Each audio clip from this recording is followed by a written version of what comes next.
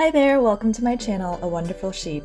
Today I'm going to be testing out these inexpensive alcohol markers.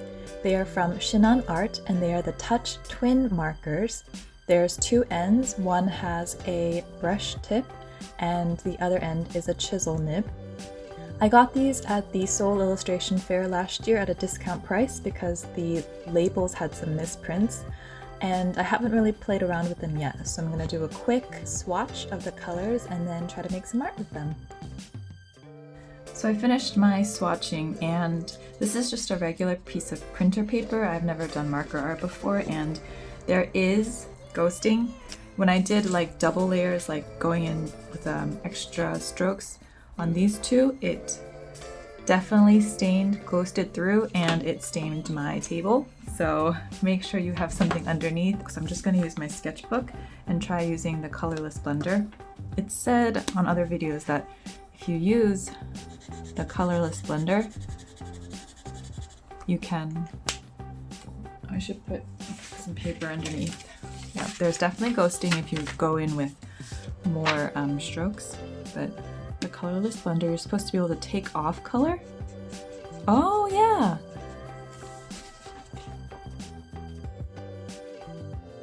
That's interesting. And then another thing I wanted to try is mixing colors.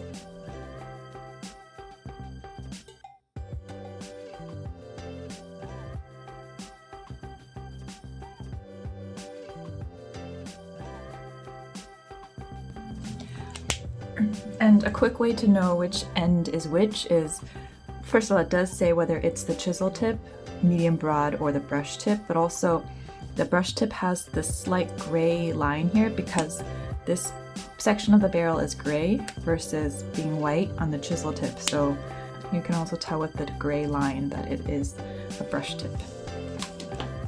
Again, I don't know what I'm really doing, but that does look cool. The mixing the two colors there does give a cool effect. My inspiration for wanting to use alcohol markers is actually this artist, like Meg on Instagram, and I have her postcard book, and she works, I think, primarily with Copic markers, but I just love her style, and I love this look that she does in her illustrations. I actually visited her open studio, and I loved seeing her space and all of her work on the walls. So this was a big inspiration for wanting to try playing around with alcohol markers. So when I saw these at the illustration fair in the winter, I picked up a couple, and it was a deal since they're usually more expensive than 1,001 each. The marker themselves are fine, it's just that the printing on the label was faulty, so they sold them at reduced price. So I didn't know what to draw, so I picked up what was on my desk, which were these glue sticks and also this bottle of glue, and I thought I would practice with these simple objects, drawing simple shapes and blocking out colors.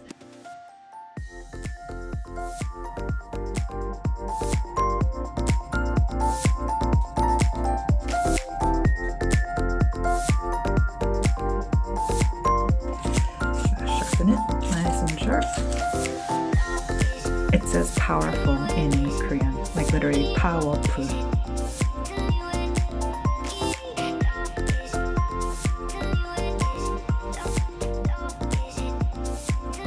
Not sure, so let's keep playing around. I'll do this glue next.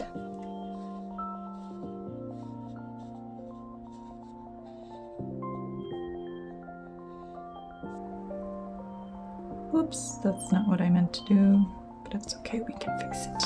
Happy accident. I like the feeling of color pencil on the marker.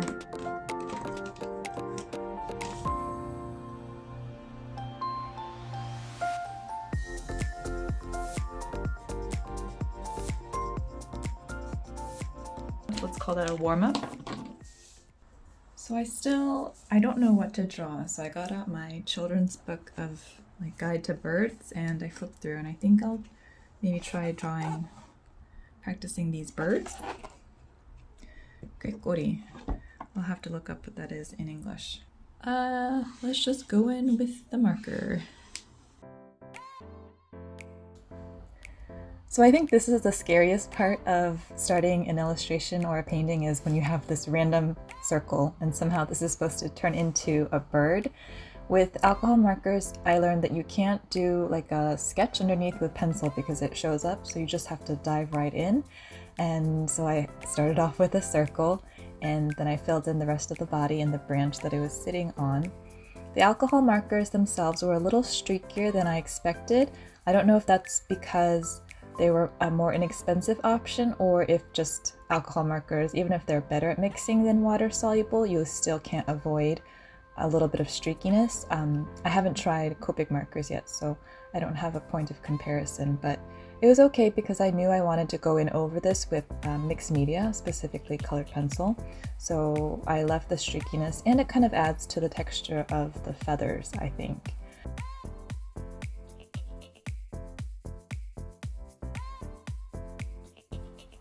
I wanted to shout out my friend Sandy over at Bits of an Artist's Life. She is a painter and a YouTuber, and she shares really good tips and fun vlogs of her life as an artist. And she's been doing a lot of bird studies this year. And I remember in one of her videos, she shared some of her early paintings of birds and how they came out fatter than you would want them to, and I think that's a common trap a lot of people fall into, and I kept that in mind as I started this painting, but still somehow I think this fellow ended up a little bit more plump than the reference photo, but it's okay, it still looks decent, I think, if you don't know what the original picture looked like. But anyway, I definitely recommend you check out her channel because she's a lot of fun, and I've personally learned a lot about painting techniques and tips from her. So that was my review of the Shinhan Touch Twin Markers. Like I said, I got these at discount because there was misprints on the labels. They were interesting to work with.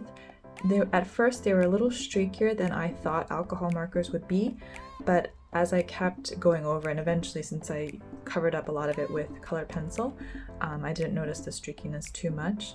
And I think even if you can't get them at discount, they're probably a more affordable option than high-end like alcohol markers like Copics. So I will definitely be practicing with these some more to better my skills at marker art before I ever try something with the more expensive option.